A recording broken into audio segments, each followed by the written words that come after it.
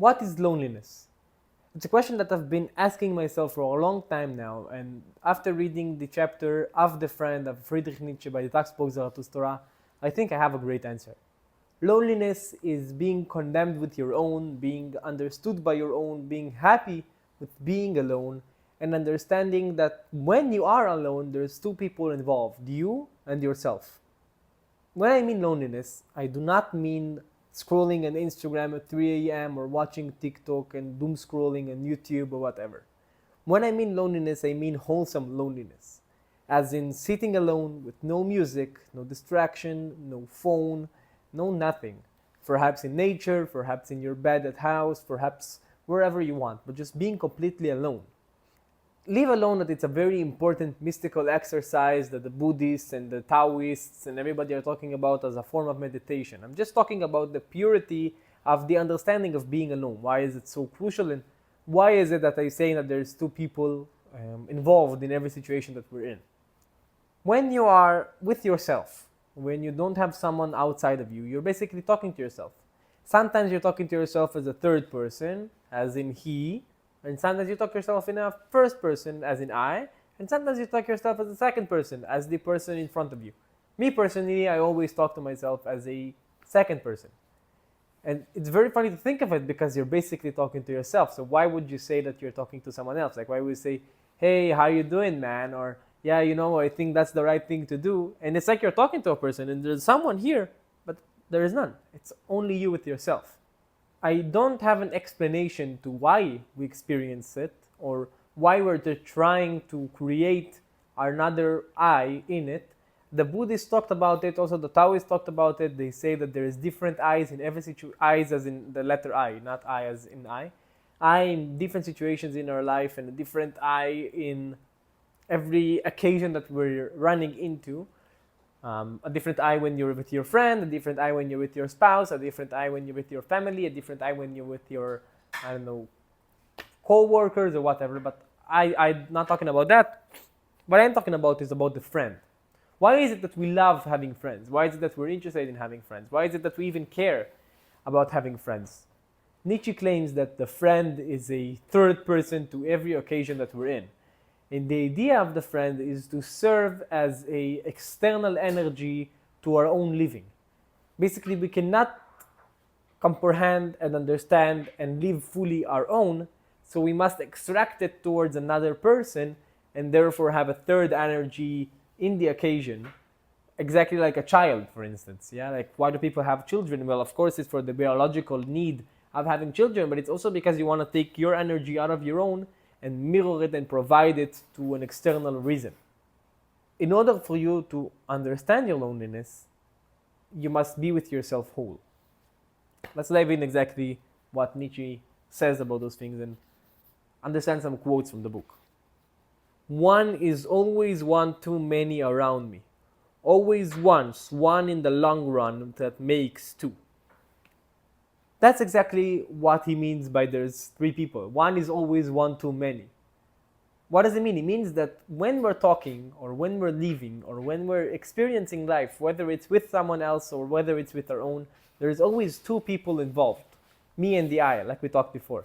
Usually that I is the second person, like as a second body as we're talking to ourselves. Sometimes it's the third person. It just depends on the type of personality you have now. This doesn't mean that you're a schizophrenic.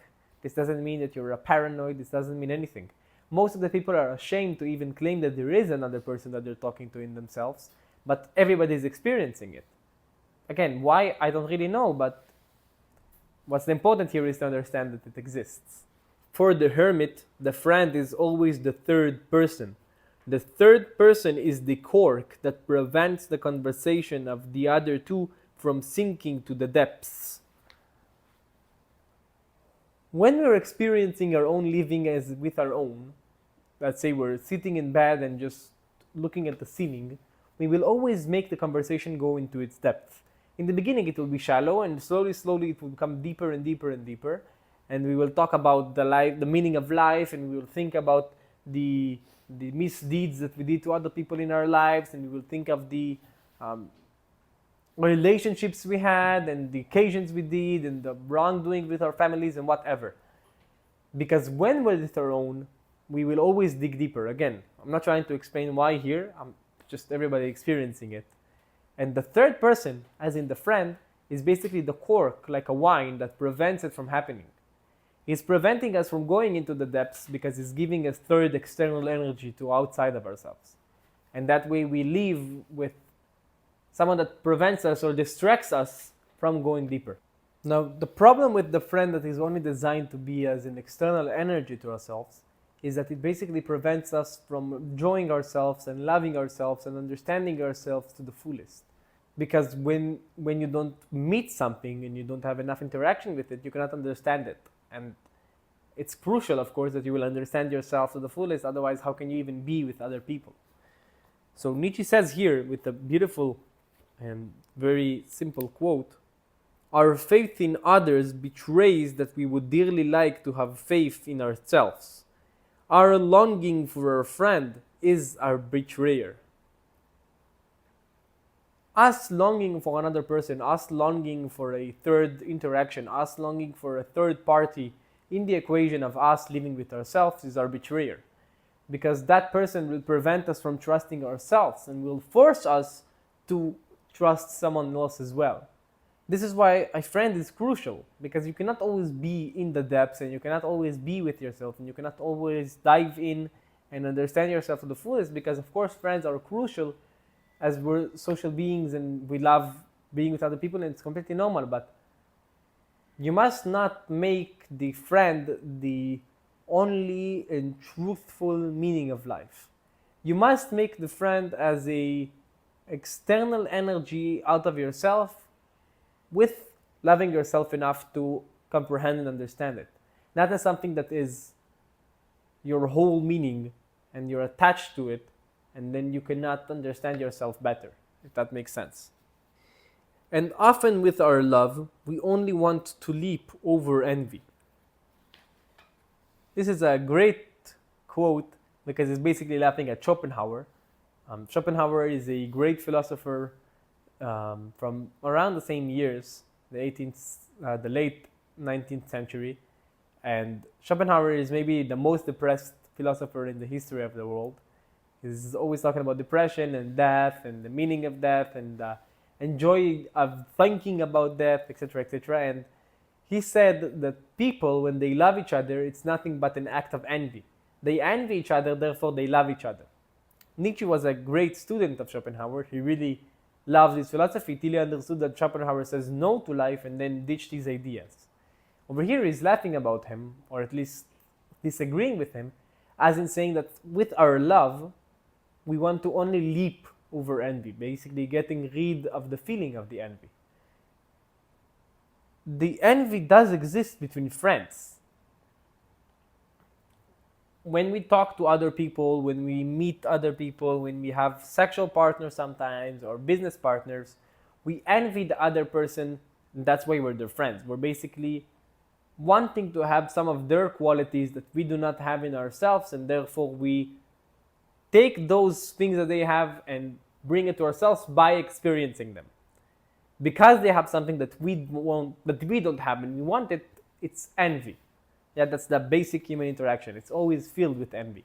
With our love, we want to leap over it. We want to become over it. We want to have something more holy, more wholesome.